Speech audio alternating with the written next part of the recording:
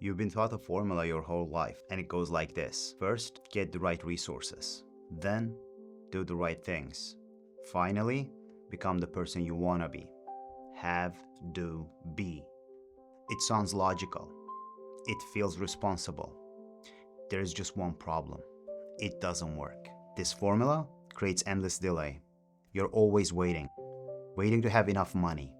Waiting to have enough time. Waiting to have enough followers. Waiting to finally feel like enough. Here's what nobody tells you. You trap your identity behind your circumstances. Your circumstances are shaped by your identity. It's a cage that locks itself. My name is Gunay. I've spent 20 years in tech and consulting. Right now, I lead AI programs at Google. But this video isn't about my day job. It's about what I've learned building on the side. Building a business, building systems, building a life that doesn't depend entirely on someone else's schedule. I've made a lot of mistakes along the way. I've also figured some things out. The stuff I'm sharing today, I wish someone had explained this to me 20 years ago. It would have saved me a lot of wasted motion. Most people think they have a motivation problem. What they don't know is that they have a mechanics problem. They don't understand how change actually works. Today, I want to show you 4 levers. These aren't mind tricks. They are mechanics, the actual machinery of transformation. First, belief construction. How to build a new identity before you have proof. Second, environment audit. Why your surroundings are sabotaging you in ways you can't see. Third, minimum viable action. How to move forward without overwhelm. Fourth, the math most people get wrong. Why you feel behind even when you're doing everything right. One of these will feel uncomfortable, and that's probably the one you need most, by the way. Here's something that took me years to understand. You don't get fit and then believe you're an athlete. You believe you're an athlete and then you get fit. The belief comes first. You don't become powerful after people follow you. People follow you because you're already embodying power. Success follows identity, not the other way around. Most people, though, have this backwards. They think, once I have the results, then I'll believe I'm that person. That's inaccurate. If you need to have something before you allow yourself to have it, you made your identity conditional. You've handed your sense of self over to external validation. You're waiting for permission that never arrives. So, how do you build belief before you have proof? That's a 4-stage process. Let me walk you through each one. Stage 1, lie to yourself. I'm not kidding, I know. That sounds wrong. Stay with me though. When you first declare a new identity, I am disciplined, I am a builder, I'm someone who follows through, it won't feel true. It will feel fake, like you're lying. That's exactly how it should feel. You don't wait until beliefs feel authentic. You start with the lie, then you build the truth one small piece of proof at a time. The first time you say it, you'll feel resistance. You feel like a fraud. That's not a sign to stop. That's the sign you're beginning. This is the part most people avoid. That's why most people stay the same. They won't lie to themselves long enough to find the truth on the other side. Stage 2, delusional belief. This is where you act as if the lie were true. Not because it is yet, because you've decided it will be. You take aligned action, you show up differently, you speak with more clarity. You create from your future self, not your current one. You still don't fully believe it, but you're not resisting anymore either. You're trying on the identity like a suit that's slightly too big. You're growing into it. Stage 3, real belief. This happens when feedback starts arriving. People respond to you differently. Results start aligning with the new identity. You get small wins, you get proof. The new belief feels natural now. You don't have to force it. It's not affirmations anymore, it's just normal you. Stage 4, being. At this point, it's not something you believe, it's something you are.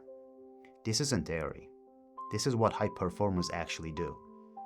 In 1985, Jim Carrey was broke, unknown, struggling to get work. He drove up the Mulholland Drive, looked out over Los Angeles, and wrote himself a check, $10 million, for acting services rendered. He dated it Thanksgiving 1995. 10 years in the future, he kept that check in his wallet until it deteriorated. In November 1995, he found out he'd be paid exactly $10 million for Dumb and Dumber. He didn't wait to feel successful. He declared it first. Then he worked until reality caught up. Sarah Blakely, if you're not familiar, she did the same thing, and I'll explain. Before Spanx existed, while she was selling fax machines door to door in Florida, she practiced visualization every single day. She built a clear picture of the life she wanted, the business she would create, the person she'd become. She started with $5,000, no business training, no fashion experience. 14 years later, Forbes named her the youngest self-made female billionaire. She credits visualization as a top determining factor in her success. Not luck, not connections, the belief came first. The pattern is the same. Declare, believe, become. They started with what looked like lies. Then the world shifted around them. Now, here's how to speed this up. You actively look for micro evidence, tiny confirmations that your new identity might be true.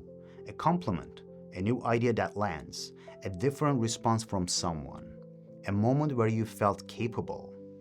These can be the smallest things, as long as they are some kind of confirmation. Write them down, journal them, revisit them, make a list. You're building a case for your new reality like a lawyer. The brain doesn't need overwhelming evidence to shift identity. It just needs repeated exposure to aligned signals. The more attention you give to these small wins, the more you start noticing similar ones. Confirmation bias starts working in your favor. So here's what this comes down to. Lie, delusional belief, real belief, and being. You can't skip stages. Start by declaring, then stack micro evidence until the scale tips. Here's a truth that's easy to forget. You create your environment, then your environment creates you. Your surroundings are either reinforcing the person you are becoming or dragging you back to the person you were. Most people never audit this. When I started my corporate job, my environment was chaos. Slack notifications pinging constantly, email open in 3 tabs, phone buzzing every few minutes, social media pulling my attention through the day. My workspace reflected my mind. Scattered, reactive, always behind. The reality is simple. If your environment is a mess, your output will be a mess. If your mind is cluttered, your work will be cluttered. The principle here is deletion equals simplification. You want your environment to make the right behavior inevitable, not something you have to fight for every day. Here's how you audit it. Look around you.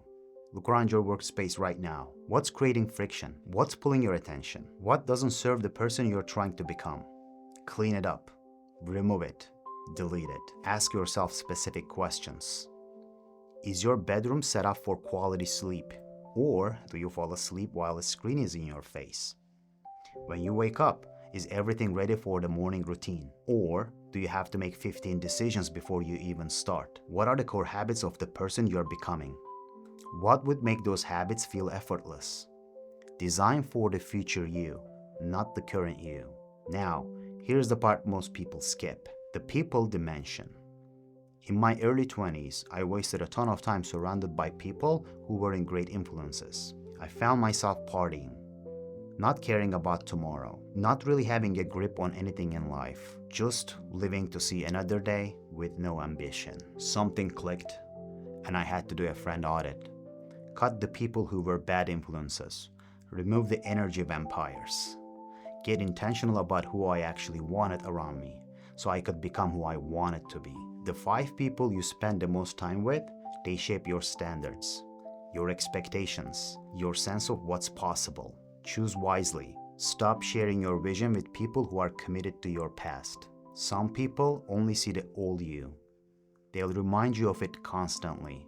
They'll question every move you make toward the new identity. You don't owe access to people who can't see where you're going. Start spending time with people who see your future as obvious, who treat your ambition as normal, not strange. So, here's what this comes down to. Audit for friction. Delete what doesn't serve the future you. Curate people who see your potential, not your history. Most people think they need motivation to take action. It's actually the opposite. Action creates motivation. When you finally start moving on something, gradually, momentum builds. Before you know it, you're hitting milestones, you're making progress, things start falling into place. The problem is how you think about starting. For years, I'd wake up and just see what the day would bring me, maybe make a rough plan in the morning, figure it out as I went. Then I'd wonder why progress felt so slow.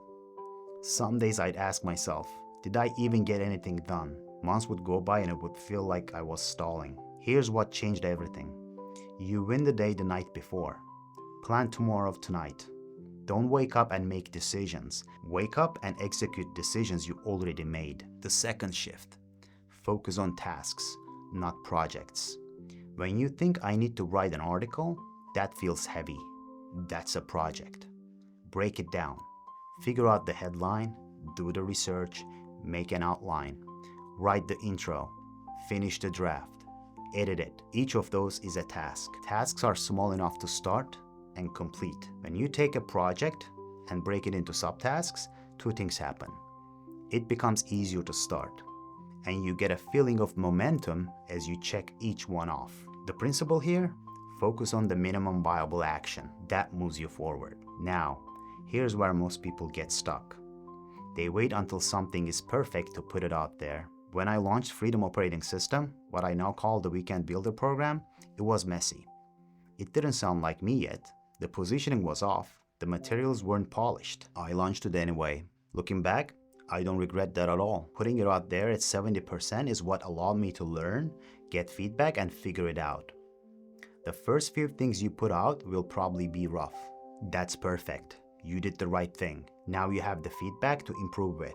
What matters most is your velocity of learning. Are you putting things out, getting feedback, incorporating it, doubling down on what works, stopping what doesn't? The fastest learners are the biggest winners, not the most talented, the fastest. Action creates motivation, not the other way around.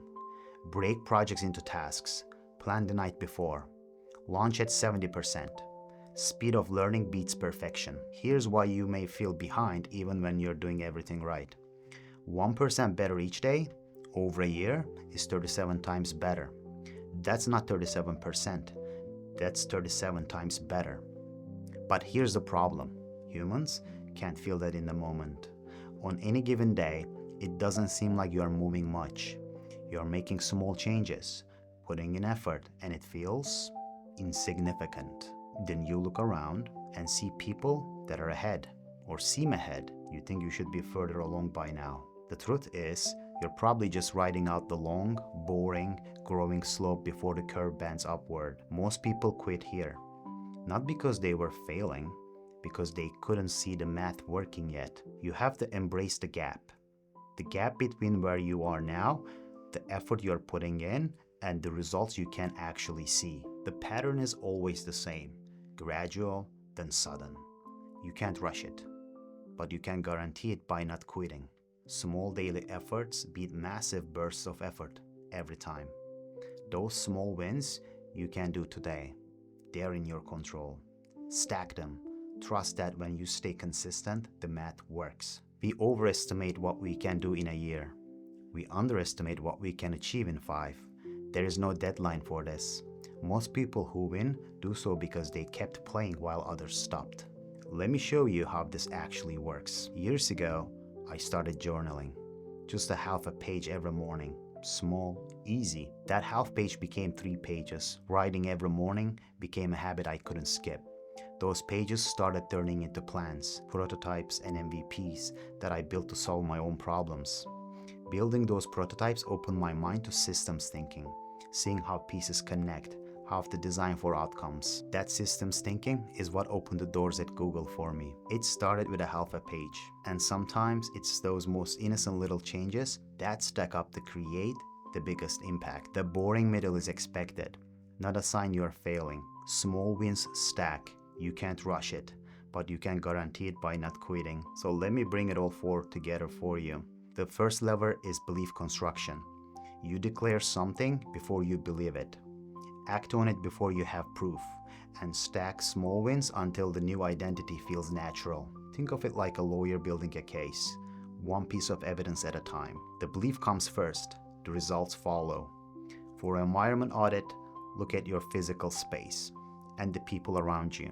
Audit for friction, delete what doesn't serve the future you, and curate the people who see your potential instead of your history. Your environment either accelerates you or anchors you. For minimum viable action, break projects into tasks. Plan your tomorrow tonight and launch at 70% instead of waiting for perfect. Action creates motivation, not the other way around.